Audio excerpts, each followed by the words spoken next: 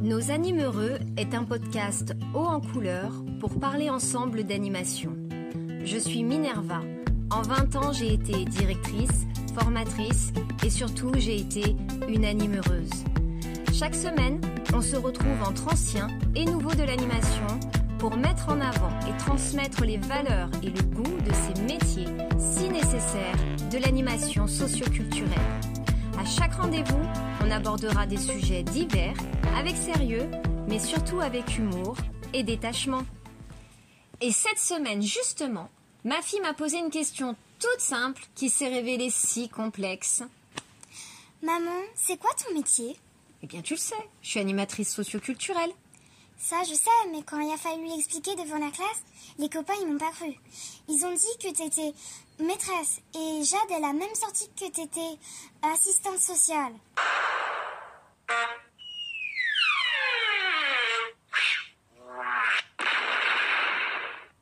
Et là, je me suis rendue à l'évidence. La plupart des gens ont une vision limitée, voire inexistante de nos fonctions en animation. Qu'à cela ne tienne, remédions à cela. Eh bien ma chérie, archéologiquement, je daterai les traces fossilisées de mon métier entre le début XVIIe et le XVIIIe siècle, période qu'on appelle le siècle des Lumières. Bon, tout commence au XVIIIe, avec Marie-Jean-Antoine Nicolas de Carita, plus connu sous le nom du marquis de Condorcet, héritier des Lumières, grand homme politique, philosophe et scientifique. Resituons un peu pour ceux qui auraient égaré leur boussole temporelle. 1789, Révolution française, c'est la marque de la fin du royaume de France et de ses sujets, pour l'avènement de la République et ses citoyens.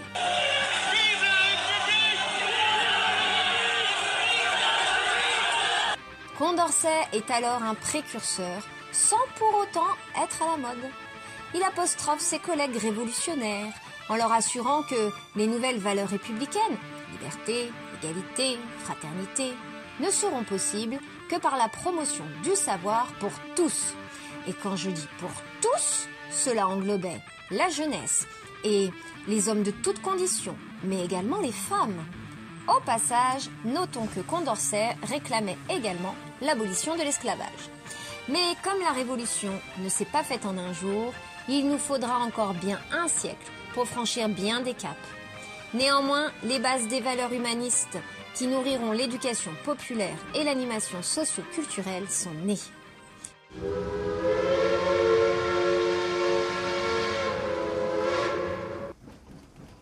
Le 19e siècle, c'est l'essor de la révolution industrielle, une société inégalitaire, connaissant un élan technologique sans précédent, mais qui sert essentiellement les plus riches. Le charbon mène la danse. Les campagnes se vident au profit d'une population qui s'amoncelle autour des régions s'industrialisant.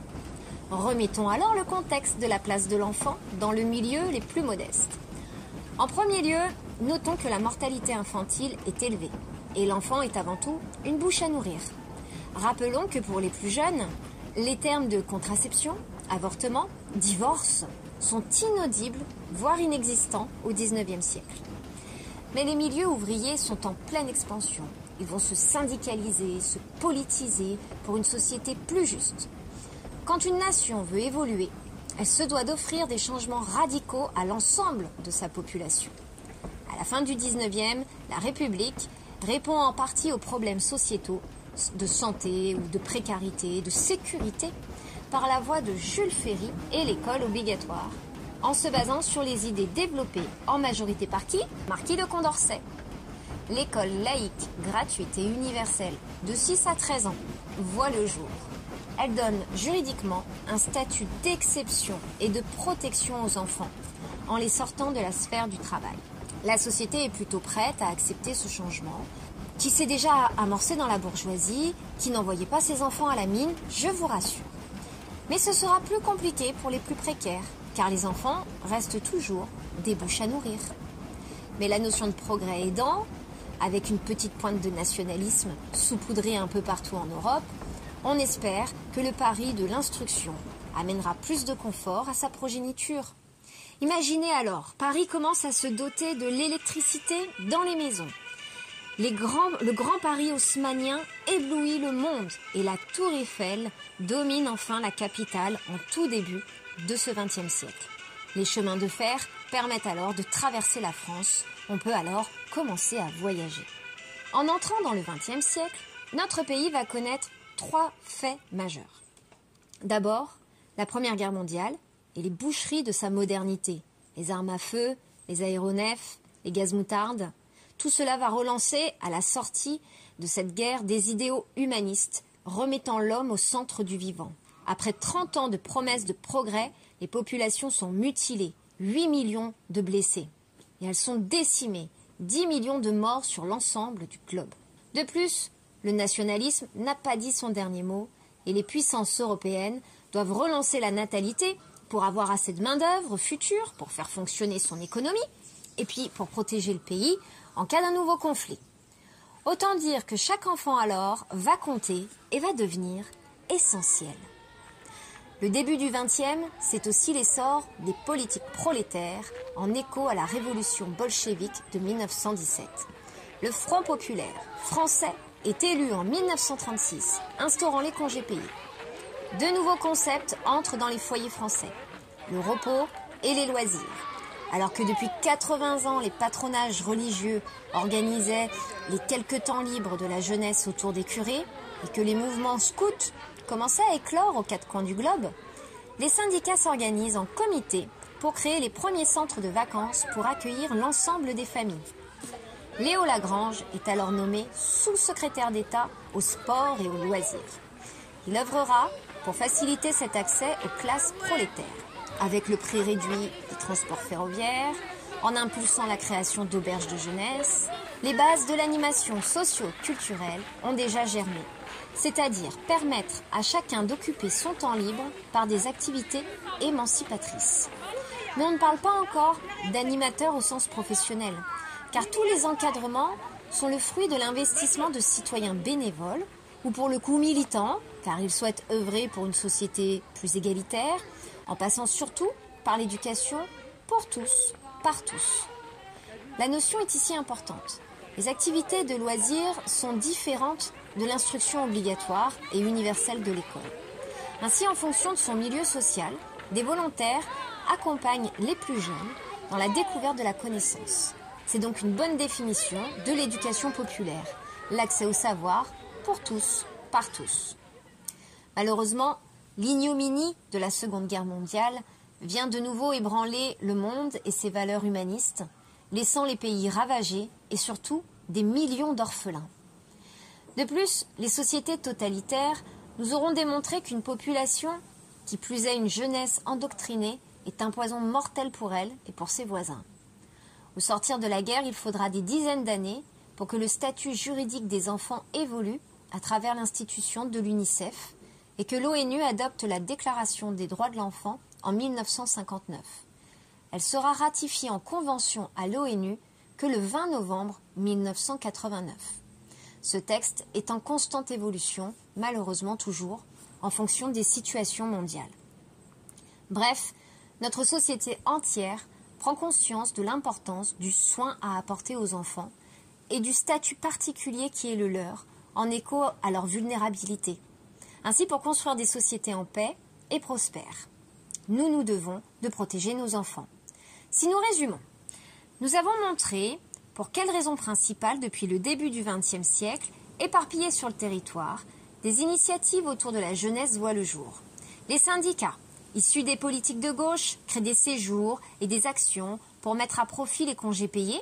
Petit à petit, les petits citoyens citadins découvrent la campagne, la mer, parfois la montagne.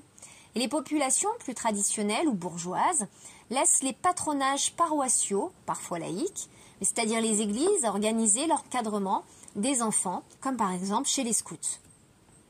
Au tout début des années 70, la question de la jeunesse devient donc une branche politique importante qui s'accentuera avec l'émancipation de la femme. De grandes campagnes d'urbanisme sont menées, le pays amorce la naissance de l'animation socio-culturelle professionnelle. L'animateur se professionnalise. Les brevets de volontaires sont créés. Tu les connais, c'est le BAFA, c'est le BAFD, ainsi que des brevets professionnels. Les structures associatives partenaires qui ont grandi elles aussi au cours de ce siècle portent alors cet encadrement notamment par la formation. On y trouvera les CMEA, les Franca, l'UFCV, les éclaireurs, que tu as déjà dû soit connaître, soit rencontrer. Des associations, comme par exemple les centres sociaux, les MJC, se retrouvent majoritairement en milieu urbain et se voient déléguer la mise en place des politiques publiques, c'est-à-dire ce que l'on appelle une délégation de pouvoir. Ainsi voit le jour l'animation socio-culturelle.